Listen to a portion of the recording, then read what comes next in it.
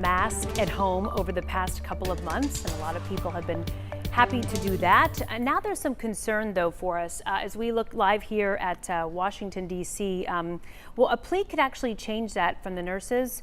We're going to talk about that here in just a second. We do want to talk about Washington, D.C., though, and the issue that we've been spending a lot of time on all week long. And this has to do with the Democrats who went up to D.C. and they say they're going to stay there until they can get their case heard with national lawmakers in the D.C. area. Our Chris Sadeghi has been following this all week long. He joins us live from Dallas right now. So, Chris, where do things stand this morning? And I'm wondering what's going to happen heading into the weekend.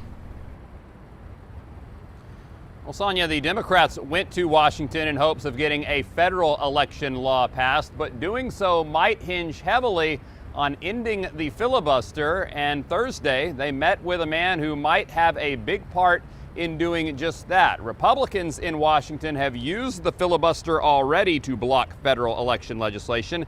And Senator Joe Manchin of West Virginia is a Democrat who has opposed taking the filibuster away. So he is a pivotal politician in Washington right now. And Texas Democrats were able to get a meeting with him, but it does not appear they got very far. Here's what Manchin told reporters yesterday.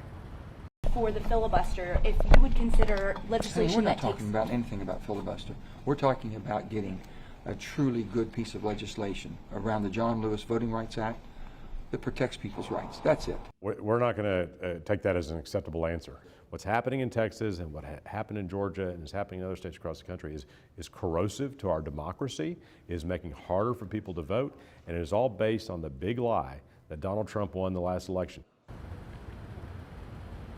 Meanwhile, back in Austin, the House Republicans are unable to operate without a quorum, so instead they've turned to tactics of their own. Texas House Speaker Dade Phelan stripped Democrat Joe Moody of his title as Speaker Pro Tem. Other Republicans are asking Phelan to go a step further and start stripping committee leadership positions from Democrats who went to D.C.